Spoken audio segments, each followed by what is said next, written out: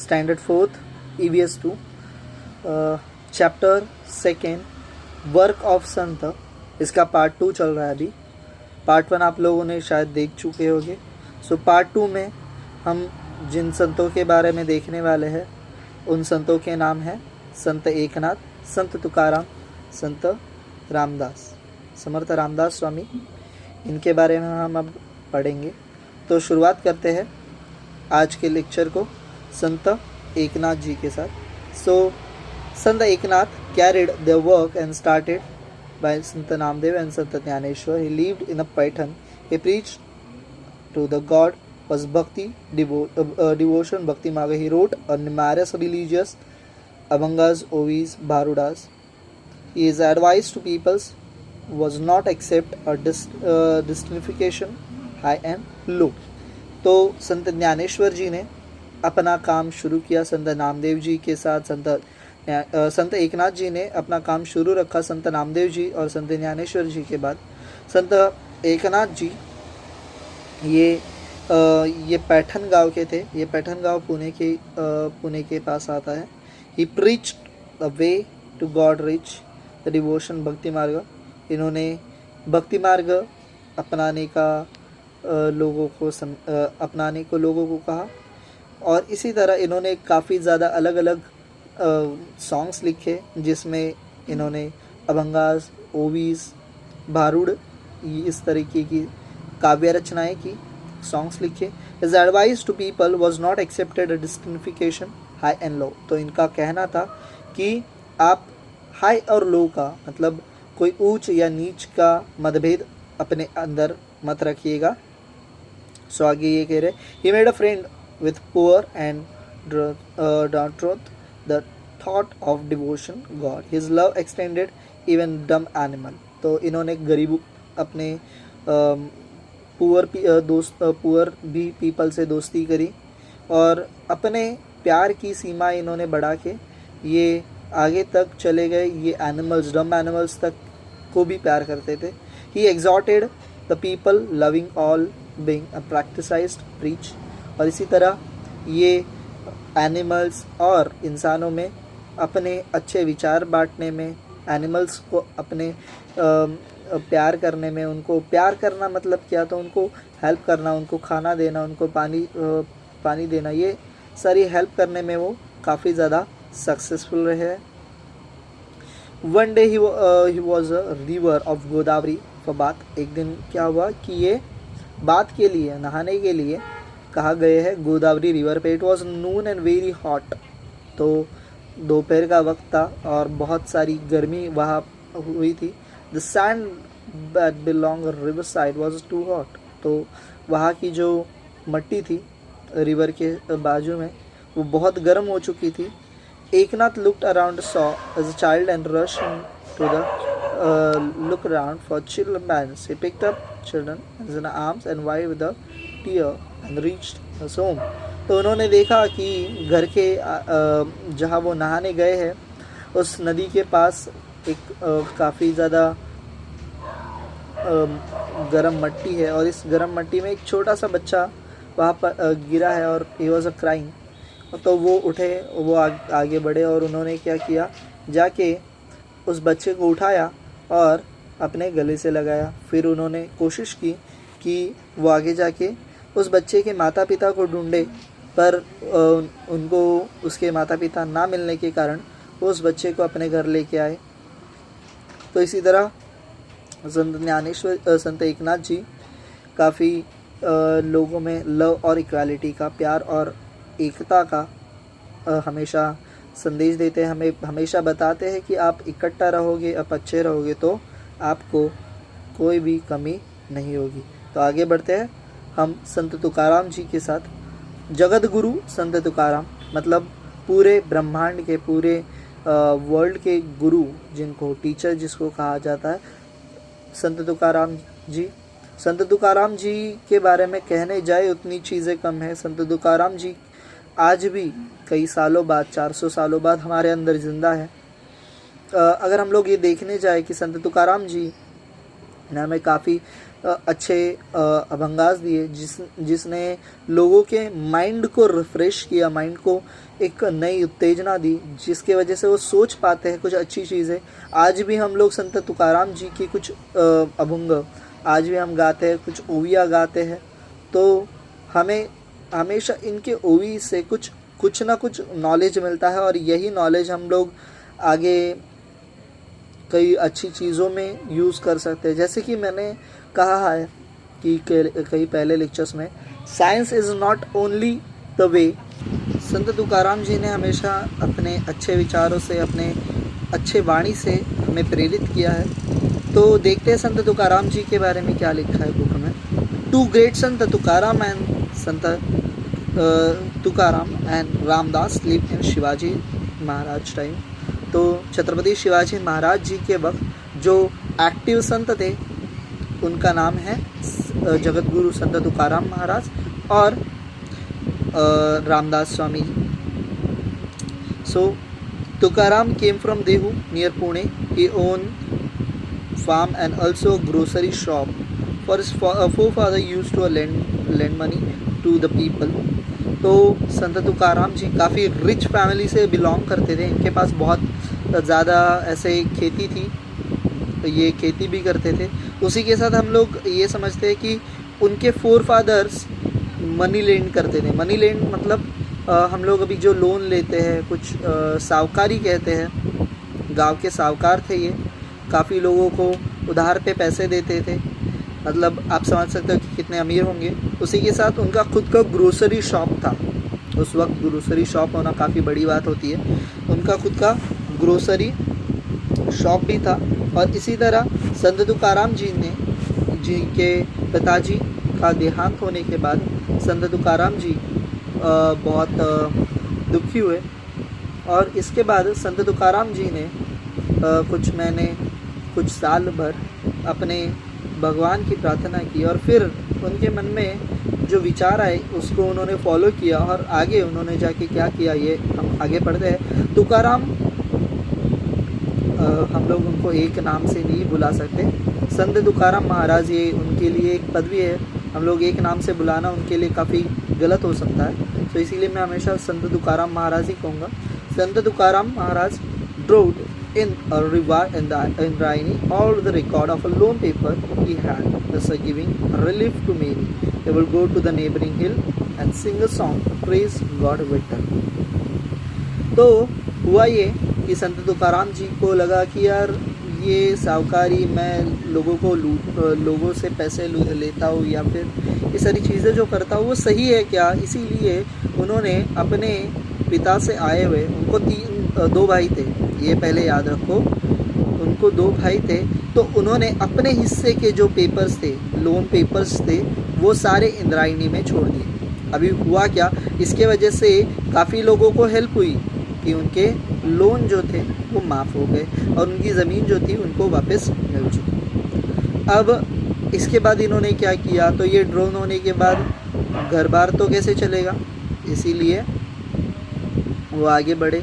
और इनकी पत्नी थी, उनका नाम था अवली, ये सारा घर बार संभाला करती है, अपने खाने पीने की चीज़ें। तो ये उठे और एक इनके गांव के बाजू में एक हिल था, जिस हिल पे ये जाके रहने लगे। इस हिल का नाम शायद इस बुक में नहीं दिया है, इस हिल का नाम था भंडारा। इस हिल पे गए वो, और इस हिल पे वो बैठ के अपने भगवान विट्ठल के लिए वो प्रेज करने लगे, वो गाने लगे, सॉन्ग लिखने लगे। और ऐसे सॉन्ग लिखते लिखते 11 दिन बाद एकादशी के वक्त हुआ क्या, तो Ekadashi of Ashadh on the 11 दिन हुए, और ऐसे ही ये बैठे रहे। इनके शरीर पे अलग अलग पक्षी, अलग अलग प्राणी इनके आसपास आने लगे। इसी का मतलब है कि हमें समझ आता है कि हम लोग अगर नेचर से प्यार कर सकते हैं तो कोई भी नेचर हमें आपदा नहीं पहुंचाता है, कोई भी एनिमल्स हमें आपदा नहीं पहुंचाते, मुश्किल नहीं पहुंचाते। इसी तरह on the 11th day of Ekadashi of the month and Ashad and Kartik, we will go to the Pandharpur. He wrote a devotional song, Abhanga performed the Kirtanas, thousands of flow is listened to him. तो इन्होंने काफ़ी ज़्यादा songs लिखे, focus लिखे, अभंगा लिखे, और ये हर साल में 2 बार क्या करते हैं, आषाढ़ और कार्तिक महीने के 11वें दिन आषाढ़ और कार्तिक की वारी होती है। इस वारी में ये चले जाते थे और भगवान विट्ठल से वह मिलने की कोशिश करते थे। आगे जाके इन्होंने छत्रपति शिवाजी महाराज, इनका भी हम लोग शिवाजी महाराज ऐसे एक नाम नहीं ले सकते, छत्रपति ये इनकी पदवी है, इसीलिए Chhatrapati Shivaji Maharaj also attend his कीर्तनास। छत्रपति शिवाजी महाराज ये इनके कीर्तन को आते थे, इनके कीर्तन सुनते थे। संत तुकाराम महाराज preached people to virtues of piety, forgiveness and peace of mind। तो इन्होंने लोगों को अपने पुराने विचारों से बाहर निकलने के लिए समझाया, फॉरगिवनेस किसी को माफ़ करने के लिए समझाया, और माइंड पीस हमारा मन शांत करने के लिए लोगों को प्रेरित किया। इसी तरह छत्रपति शिवाजी महाराज के सेना में, स्वराज की सेना में भर्ती होने के लिए भी इनको प्रेरित करने के लिए संत तुकाराम महाराज ने, जगतगुरु संत तुकाराम महाराज ने क्या किया, लोगों को काफ़ी ज़्यादा हेल्प की, काफ़ी ज़्यादा प्रेरित किया कि जाके वो छत्रपति शिवाजी महाराज से मिले, ताकि आगे जो सिचुएशंस है उसमें छत्रपति शिवाजी महाराज उनकी हेल्प कर पाए, इस स्वराज को स्थापित करके एक नया सूरज, एक हिंदवी स्वराज को एक नया सूरज दिखा पाए। इसीलिए ये सारी मेहनत थी। With who call a weak or throne his own impressed and the people he had a great religious leader to show his Maharashtra and here people reclaim a ज्ञान। तो आज भी क्या करते हैं लोग, कई सालों बाद, 400 सालों बाद भी संत तुकाराम महाराज का हम लोग ज्ञानबा तुकाराम, ज्ञानबा इसका मतलब ज्ञानेश्वर महाराज, ज्ञानबा ऐसे एक उच्चार होता है, ज्ञानबा जी ये हिंदी उच्चार है थोड़ा सा, ज्ञानबा फोक साउंड्स। तो ज्ञानबा और तुकाराम, ज्ञानेश्वर संत ज्ञानेश्वर जी और संत तुकाराम जी, इनका नाम इकट्ठा लेते, ज्ञानबा तुकाराम। इस तरह हम लोग 2 बड़े संतों का नाम हम लोग आज भी जब वारी निकलती है तब लिए जाते हैं। तो इसी तरह संत तुकाराम जी ने अपनी तुकाराम गाथा लिखी, और इस तुकाराम गाथा के बारे में मैं आपको बताना चाहता हूँ। इसमें हर एक हाउस होल्ड चीज़ों के बारे में लिखा है, हर एक चीज़, एक इंसान के मन में क्या क्या विचार आ सकते हैं और कैसे कैसे ये इन विचारों से अपना अच्छा मार्ग निकाल सकता है, ये हमें हमेशा बताया है। इसी तरह अगर हम लोग देखते हैं, संत तुकाराम जी ने ये तुकाराम गाथा है, ये इंद्रायणी में बहा दी थी, ये अपने नदी में बहा दी थी। अब हुआ क्या, तो 14 दिनों के बाद ये तुकाराम गाथा जो है ये वापस रिटेक हुई, ये वापस इंद्रायणी ने अपने तट से बाहर निकाल लाई और लोगों को इस तुकाराम गाथा का बहुत अच्छा मतलब समझाने के लिए हेल्प। इसी के बाद आते हैं हमारे जो संत, अगले संत हैं समर्थ रामदास स्वामी। काफ़ी उम्दा नेतृत्व है ये, बहुत अच्छे संत होने की इनको पदवी मिली है। छत्रपति शिवाजी महाराज के गुरु भी रहे हैं ये। देखते हैं इनके बारे में क्या कहा है। At the same time hill and valleys of Maharashtra filled with echo Jai Jai रघुवीर समर्थ। तो हमारे सारे हिल्स और वैलीज क्या जय जय रघुवीर समर्थ के नाम से आवाज़ से गूंज उठते थे। समर्थ रामदास स्वामी ये इसी हिल्स में घूमते थे, पूरे भारत भ्रमण करते थे और लोगों को क्या करते थे, अच्छे विचारों का अच्छे विचार देते थे। तो an invocation constantly on the leap of great Sant Ramdas. तो समर्थ रामदास स्वामी के हमेशा मुख में श्री राम जी का नाम होता था, श्री राम जी का तप करते थे। रामदास ये बोलना हमारे लिए शायद अच्छा नहीं है, शायद हम लोग उनका कभी भी किसी भी संत या फिर कोई भी एक बड़ी व्यक्ति होती है, आप बुक पढ़ते वक्त भी एक काम कीजिएगा कि इनका नाम आता है रामदास स्वामी, ऐसे नाम है, समर्थ रामदास ऐसे नाम है, इन नाम से पढ़िएगा।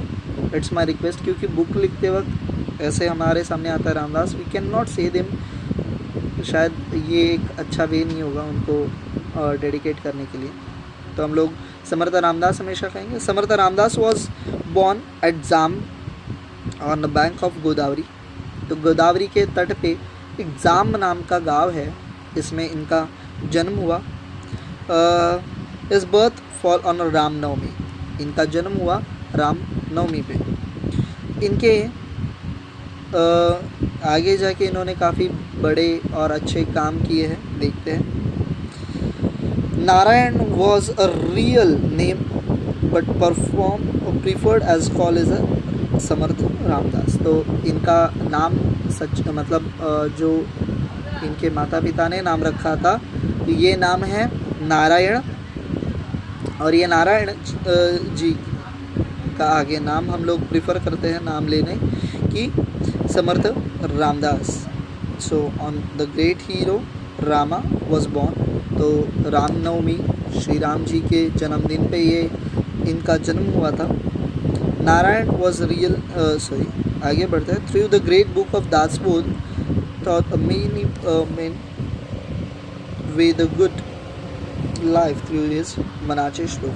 तो समर्थ रामदास स्वामी जी ने दो दो दो दो बड़े ग्रंथ लिखे। पहला ग्रंथ है समर्थ रामदास जी का दासबोध, श्रीमद् दासबोध ये है। इसी के साथ इन्होंने एक सद्गुरु चरित्र लिखा है, ये आपके शायद बुक में लिखा नहीं है, ये एक एडिशनल इन्फॉर्मेशन है। इसी के साथ इन्होंने मनाचे श्लोक भी लिखे। मनाचे श्लोक हमारे जो मन है इसको प्योरिटी, इसको क्लीन करने का काम देता है, प्योरिटी दिलाने का काम करता है। Have a good lesson in a good thought and good conduct to popularize to worship of strength. He raised the temple of Hanuman and God of strength. तो इन्होंने काफ़ी ज़्यादा हनुमान जी के मंदिर स्थापित किए ताकि ये समझते थे कि हनुमान जी ये क्या है, शक्ति के देवता है, और इसीलिए हनुमान जी के इन्होंने मंदिर स्थापित किए।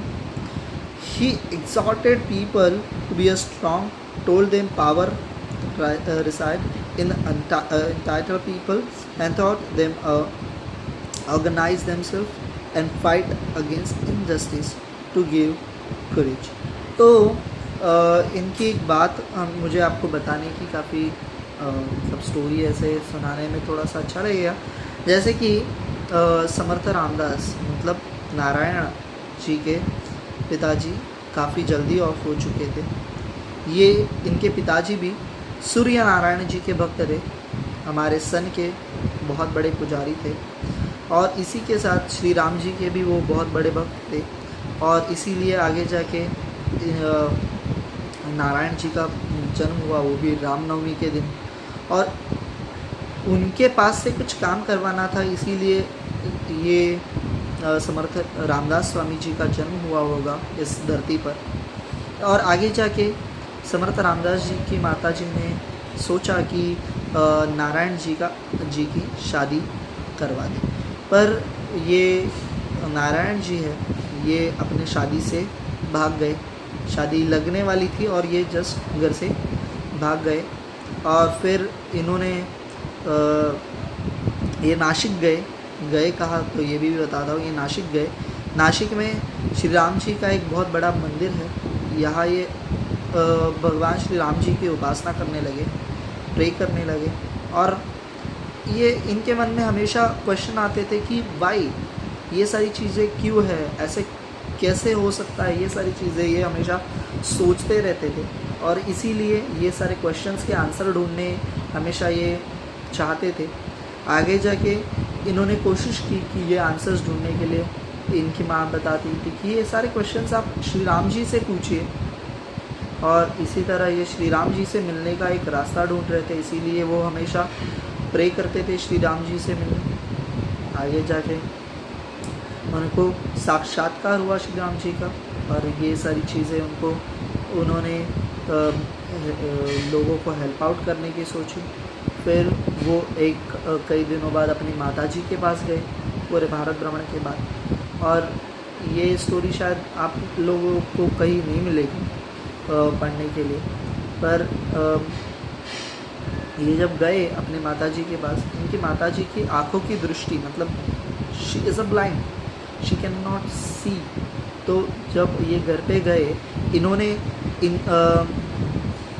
उनके माताजी को आवाज़ दिया, और तब उनके माताजी को समझ आया कि उनका नारायण मतलब समर्थ रामदास जी आ चुके हैं। और तो उन्होंने अपनी तपश्चर्या से जो श्री राम जी के पास से जो पावर्स एक्सेप्ट की थी, तो उससे उनके माताजी की दृष्टि उन्होंने वापस दिलवाई। ऐसे काफ़ी ज़्यादा सिचुएशन है जो ये सारी हमें बातें याद दिलाते हैं। तो इसी के बाद श्री समर्थ रामदास स्वामी जी ने छत्रपति शिवाजी महाराज को भी काफ़ी ज़्यादा हेल्प की स्वराज स्थापित करने में। The work Sant brought great awakening to people.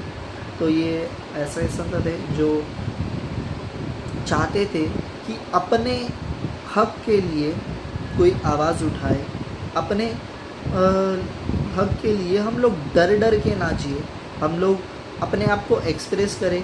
हमें फ़ाइट करनी पड़े अपने ज़रूरतों के लिए तो भी हम लोग ज़रूर करें, वी नीड्स टू। हम लोग अगर फ़ाइट नहीं करेंगे, अगर हम लोग उसके लिए आवाज़ नहीं करेंगे, तो लोग हमें क्या करेंगे, समझेंगे हमारे में स्ट्रेंथ नहीं है, ऐसे समझेंगे। और इसीलिए लोगों को इनजस्टिस के ख़िलाफ़ क्या करने के लिए स्ट्रेंथ, एक पावरफुल यूनाइट होने के लिए समझाते थे। और उसी तरह ये यूनाइट कैसे होंगे, तो छत्रपति शिवाजी महाराज को भी मिले, लोग जाके छत्रपति शिवाजी महाराज के साथ यूनाइटेड हो ताकि स्वराज स्थापित हो।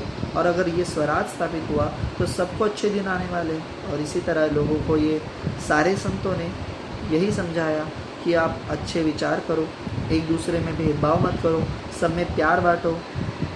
और जैसे ही आप ये प्यार बांटोगे, आप ये भेदभाव ख़त्म करोगे, आप एक नई दुनिया में प्रवेश करोगे, नए विचारों में प्रवेश करोगे। आप यूनाइटेड हो। जो एक्सटर्नल पावर्स है, आदिल शाह जैसी, मुग़लों जैसी, तो उनको आप क्या करो, निकाल फेंक सकते हो। तो ये सारी चीज़ें हमारे संतों ने काफ़ी ज़्यादा पावरफुली हमारे लोगों को समझाई, काफ़ी ज़्यादा हेल्पफुल थी हमारे ये संतों की बातें सबके लिए। और इसी तरह हमारे संत जो थे, इन्होंने हमारे महाराष्ट्र को एक अलग लेवल पे क्या करने, सुधारने की कोशिश